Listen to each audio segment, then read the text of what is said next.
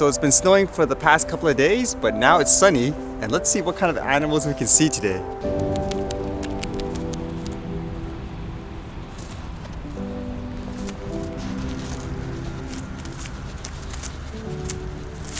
That's what I find they do usually. First they look at something like your shoe, it looks familiar, then they sniff you to see if it's right, and then they tap you sometimes to make sure, hey bud.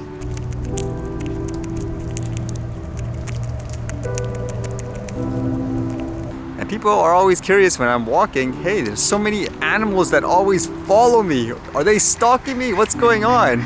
Do they actually remember me just based on things like voice and appearance? I know a lot of people think it's weird, but they actually remember you. People say, what? They're wild animals. There's no way they could do that.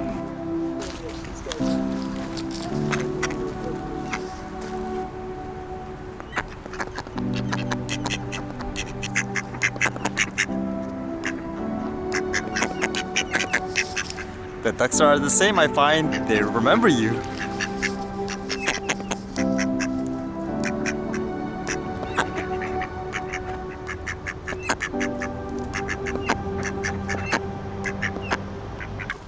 And like people, they fight with each other.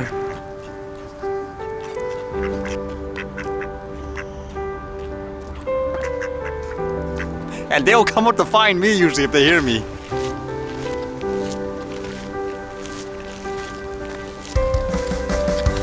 Yeah, they follow me.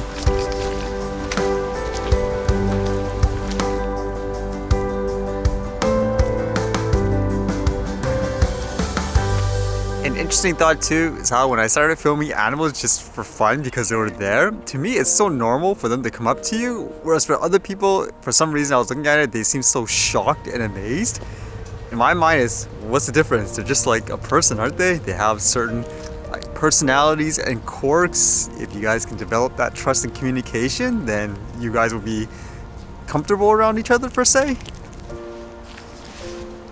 I usually find too, if I'm just walking around like this and I'm talking, my voice is actually, I guess, pretty loud for some of the animals, and they hear me and they'll start coming up to me. I guarantee right now you can even see this. We got the squirrel down here. You saw that, he just stood up. There's these ducks here. If that's not enough, the birds even recognize my voice. Actually, they just flew right now.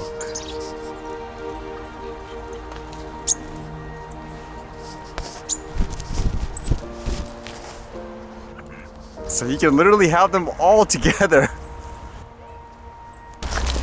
Too much of a print. Hey, Kobe! Kobe! Sorry. That's okay. Kobe! Sorry about that. That's okay. Hey! Oh! He won't bite. Kobe! Hey! You should win. Come here. Sit! Now! No. See, that's what's starting. Oh, that's so cool. That's so cool. Nice. Oh, good shot. Add some commentary to That's a good.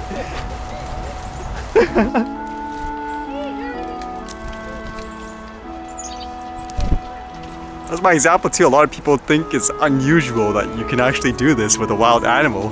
And there's a domesticated, I guess, pet too. You can see that scares them to death still, obviously. Oh.